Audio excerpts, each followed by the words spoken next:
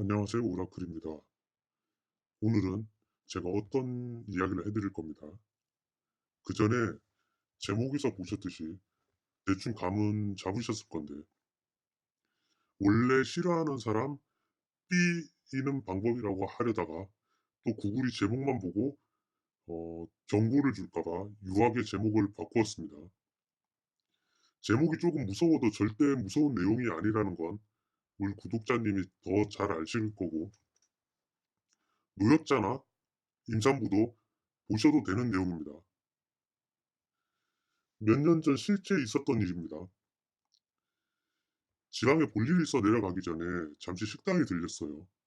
그리고 같이 동행했던 지인이 제 전화를 받았습니다. 전화 통화 내용으로 봐서는 손님인데, 지인은 우리가 지방에 기도 온 거라서 월요일 날 오시라고 말을 했었는데, 상대방은 당장 봐야 한다고 했습니다. 그래서 제가 누구 살려달라는데요. 네? 뜬금없이 살려달라는 말에 저도 궁금했어요. 그래서 전화를 받은 지인이 여자분이신데, 아는 언니가 자기를 삐 하려고 했고, 그리고 비방을 했으며, 지금 당장 여자분도 비방을 해서 그 언니를 삐이고 싶다고 하네요. 지금 당장 전 보고 싶다고 온다는데요. 이렇게 말을 하는 겁니다. 그래서 제가 네, 다음에 전화 오면 오시라고 하세요. 이렇게 말을 했습니다. 제 말을 듣고 있던 지인은 한참을 웃었어요. 어차피 제가 남에게 해를 입히는 일을 안 하는 거를 알고 있는 지인이기 때문에 그 지인이 한참을 웃었습니다. 예전에도 7년을 사귄 남자가 다른 여자와 바람이 났는데, 바람난 여자 뱃속에 아이가 생겼다고 합니다. 그래서 찾아와서는 비방을 하고 싶다고 한 적이 있어요. 그때 제가 해준다고 했었습니다. 대신 10억을 요구했어요. 그 여자분은 그 다음부터는 저희 신당에 오질 않았습니다. 10억을 어디서 구하겠어요? 그래서 10억을 불렀습니다. 당연히 10억을 들고 온다고 해도 안 해주었을 겁니다. 10억을 들고 온다 해도 제가 금액을 더 불렀을 겁니다. 10억을 구할 수 없는 것을 충분히 알고 있었으니까요. 또 실제로 그런 일이 가능하냐고 물어보실 분이 계실 겁니다.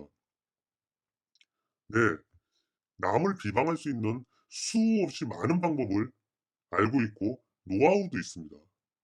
하지만 여러분들이 걱정 안 하셔도 되는 게, 저는 나쁜 짓은 하지 않을 겁니다. 칼도 누가 드느냐에 따라 남의 생명을 살릴 수 있고 남의 생명을 뺏을 수 있습니다. 저는 당연히 제 능력을 타인을 살리는 데 사용하고 싶어요.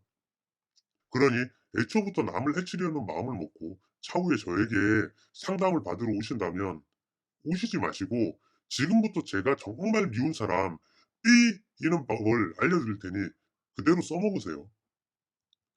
아니, 이 방법도 안 통한다면 어쩔 수 없습니다. 그냥 포기하세요. 그게 정답이에요. 자, 그럼 이야기를 시작하겠습니다. 옛날 옛적 호랑이 담배 피던 시절에 시어머니가 너무 고약하게 굴어서 도저히 견딜 수 없던 며느리가 있었습니다. 사사건건 트집을 잡고 야단을 쳐서 시어머니 음성만 들어도 얼굴이 생각이 나고 속이 터져서 답답해 미쳐버릴 지경까지 되었다고 합니다. 시어머니가 죽지 않으면 내가 죽겠다는 생각에 이 며느리는 몰래 용하다는 무당을 찾아갔어요. 무당이 며느리 말을 다 듣더니 좋은 비방이 있다고 했어요. 눈에 번쩍 뜨인 며느리가 그 비방이 도대체 무엇이냐며 물었어요. 무당은 뜬금없이 시어머니가 가장 좋아하는 음식이 뭐냐고 물었습니다. 며느리는 인절미라고 대답을 했고, 무당은 앞으로 100일 동안 하루도 빼먹지 말고 인절미를 새로 만들어서 아침, 점심, 저녁으로 인절미를 시어머니께 드리면 이를 모를 불치병에 걸려 죽을 것이라고 무당은 예언을 했습니다. 며느리는 신이 나서 집으로 돌아갔고 정성껏 성심성의를 다해 인절미를 만들었습니다. 시어머니는 처음에는 이 년이 곧 죽으려고 한장을 냈나, 왜 안 하는 짓을 하고 난리야? 라고 했지만 며느리는 아무 소리 안 하고 해드렸습니다.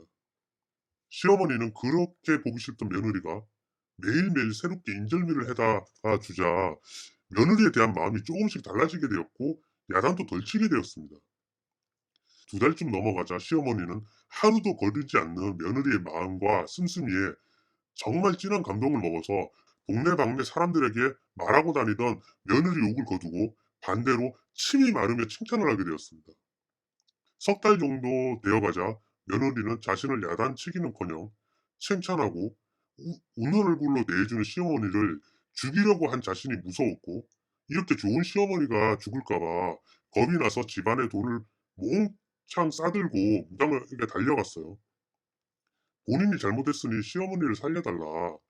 100일이 다 되어가니 살릴 수 있는 방법을 일러달라고 무당 앞에서 닭똥 같은 눈물을 흘리면서 빌었습니다.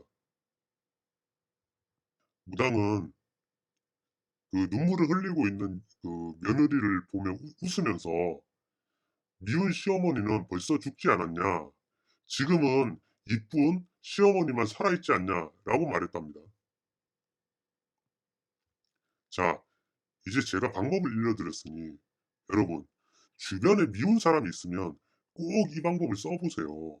자, 오늘은 여기까지 할게요. 다음 시간에는 조금 민감한 문제를 다루어 보겠습니다. 얼마 전 같은 무당으로서 죄송합니다라는 영상을 올렸죠. 거기에 진심이 느껴지긴 한데 저도 무당에게 당하고 2016년 이후로 인생이 엉망진창이 된 사람입니다. 유튜브보다 그래도 양심 있는 무당이 있구나 싶네요. 이런 댓글이 달렸어요. 구독자 몇몇 분들께서 무당에게 실망을 했던가 당했다고 하시는 몇몇 분들이 있었어요. 다음 시간에는 무당에게 안 당하는 방법이라기보다는 제대로 된 무당 찾기 편이라는 동영상을 만들어 볼까 합니다. 자, 여러분. 항상 그렇듯이 여러분의 구독과 좋아요, 알림 설정은 영상을 만드는 데 큰 힘이 됩니다. 그럼 다음 시간에 뵐게요. 오늘 하루도 행복하시고 항상 감사합니다.